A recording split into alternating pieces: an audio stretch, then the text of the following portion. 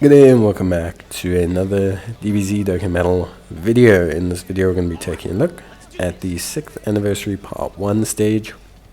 This one is for the Annie battle, and the mission here is actually very simple. We only have one mission, and well, we have one specific mission to achieve, and that is to beat the event without a support item, but also within 5 turns.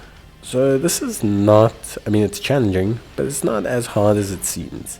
So how this fight works is basically there are 2 phases, but each phase has a sub-phase. So basically, the first phase, you take on Vegeta, Strength Vegeta. He has 9 charges, meaning after 3 turns he'll automatically turn into Int Vegeta, who is a harder version of him. And the same with Goku. The second phase is against Tech Goku. Should you fail to beat Goku within 3 turns, so within 9 charges, then he'll turn into AGL Goku, which is a harder version of Goku. In the first phase, Strength Vegeta gets 10% defense with each attack received. Same for Int Vegeta. Both of them are pretty much the same, just slightly harder, the Int one. And then the Tech Goku, he gets attack with each attack received. Same with the AGL Goku, but the AGL Goku, if you do manage to somehow have him pop out, he can crit, so that can be quite challenging. Obviously, to beat this in 5 turns can be tough because you do need to obviously get through those first phases. But getting through the first phases means you skip the second, so it's actually more ideal to just try and beat the event as quickly as possible. And because of that, you're going to want to bring damage, as much damage as you can.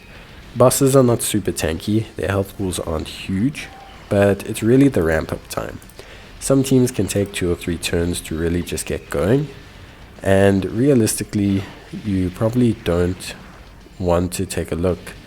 You don't want to be in a situation where you spend 2 or 3 turns building up. So for that reason I went with Uncontrollable Power, but I tried to use some easy A's and super easy A's and some older units, more so than relying on, like, obviously, all the premium Uncontrollable Power units.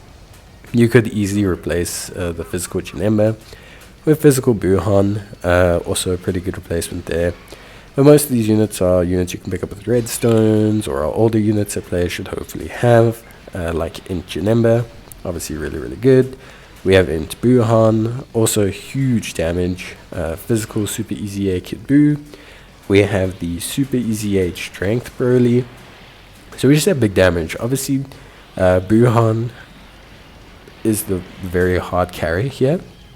He does a lot of the heavy lifting, But it's also bringing that friend Int Broly that also really helps, because the friend Int Broly, what he allows you to do is he allows you to use his active skill, and what this does is it puts you in a situation where you are able to have a big increase to your damage. Remember, his active skill increases damage taken and also raw stats. So what that does is that basically sets you up to augment your damage quite significantly, which helps a ton.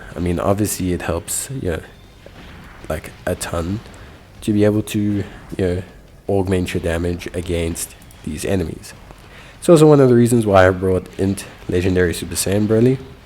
It is one of those rare occasions where he thrives, because he can do multiple super attacks, he can really build himself up super quickly, he has his crit, he has all of his advantages against Pure Saiyans, Goku units, so it's a good situation for him. He really can output a lot of good damage, he can also tank really well, and he gets up to speed quite quickly, so he was a nice little side choice, especially if you don't have, like AGL Broly or Tech Broly or any of those units. So yeah, all in all, this one is about speed. Beating it with speed and no item can be challenging, so what you might want to do is maybe you want to use support items to beat the event with the speed challenge, like Bulma items or something like that to augment your attack, and then come back and complete it with no items. Could also be pretty good.